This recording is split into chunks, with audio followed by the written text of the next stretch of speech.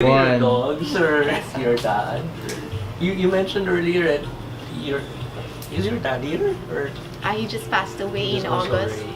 And, well, It used to be your dad's work. he was really supportive of my art career. And, well, I was really sad in the first 2 months that he died. I wasn't even talking. But maybe he loved me so much. He helped me last year, even if he died, get good breaks in his own little way up there in heaven. Yeah. So, parang, in the life, we lose people, but things are gained as well in some way. And then also, it's knowing how to approach challenges like, you have no more parents or dad, and if you're given a task, no matter how difficult, and you need to work for your money, go get it. Sumaba ka sa trabaho. You go work for your money. That's why I have this thing, yung video ko, yung no pain, no gain. No way. Mahirap yung trabaho, pero di ba? Gawa lang. Just work! Just work. Di ba? Just work.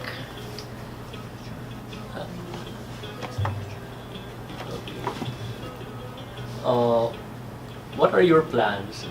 Any plans? Well, my plan is to travel this year. I've been, kasi turning down lots of invitations, like, so Indonesia and Thailand. So, this year, I'll be visiting certain people in Thailand who I like studying Asian cultures, getting inspiration further in the Southeast Asia region. Not really shopping, it's more of immersing in the culture.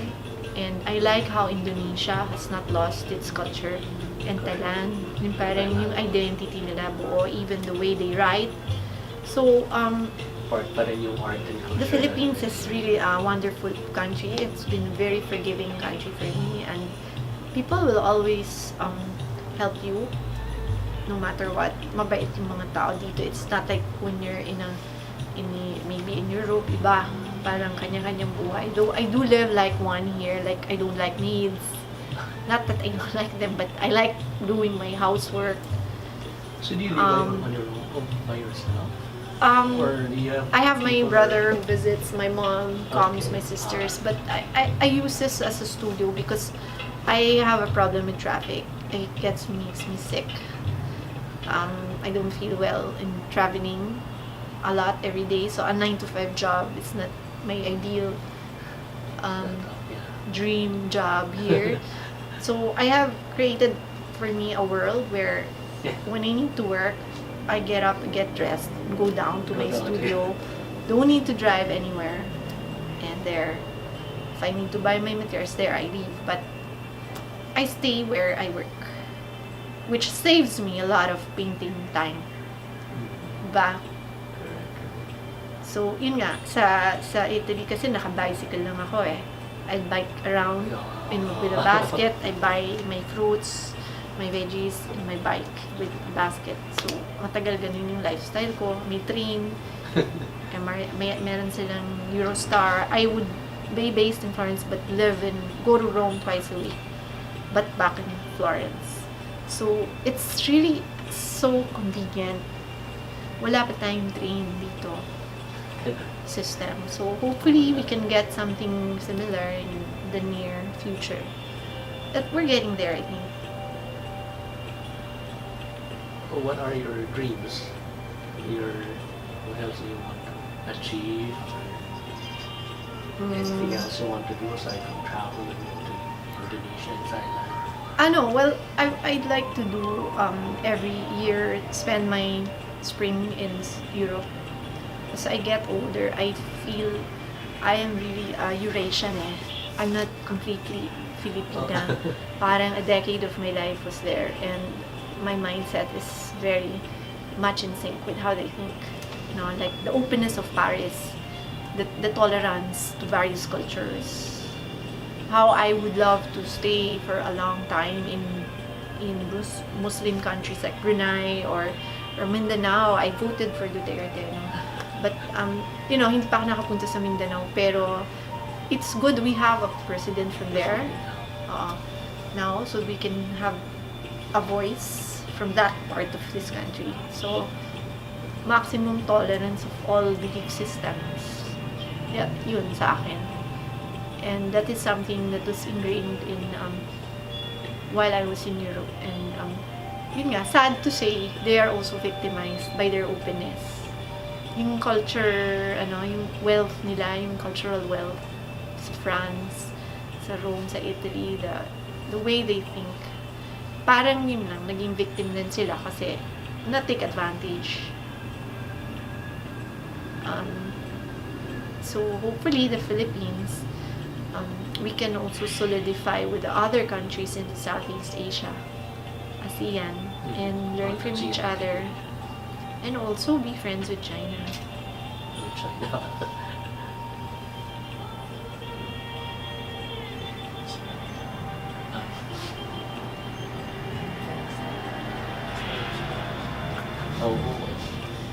Do you have any inspiring words for others, for people, students? In what? Students in what? Painting, painting aficionados, collectors, artists, Iba yung collector. conservationists. So, Well, you know, na malawak siya. Pero sa Malawak akin, kasi yung sakop dun. iba kasi yung mundo ng collectors. Yes, eh. yeah. You know, I learn a lot from my clients. They make me a better person. But you also have to have a strong family base, people behind you who will support what you want to do in life. And I was lucky enough to have these people around me. Unfortunately, I was not mature.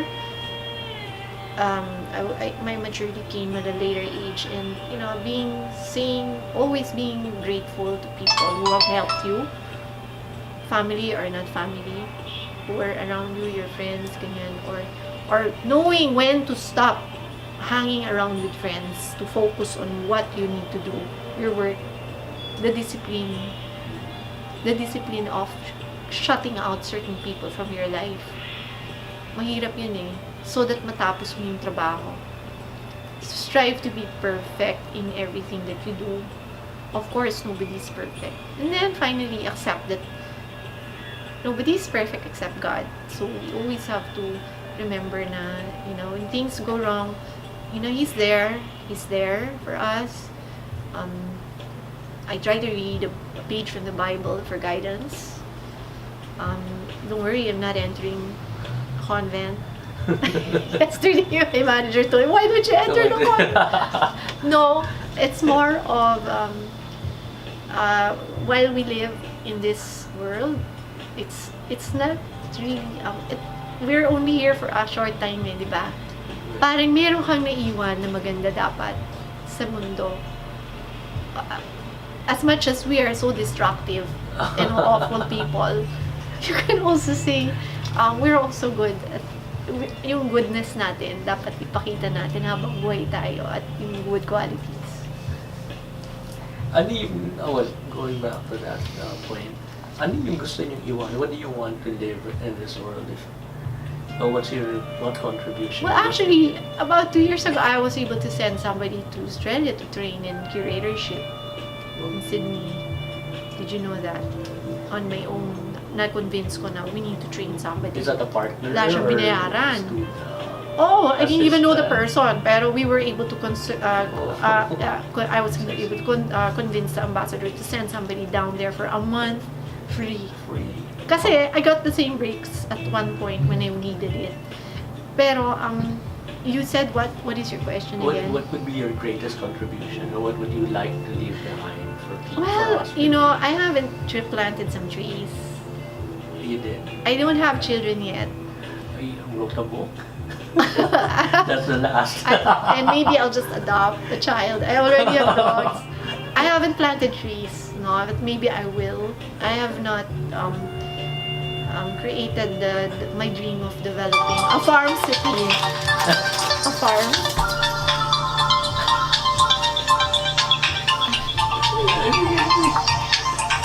Wait, paano?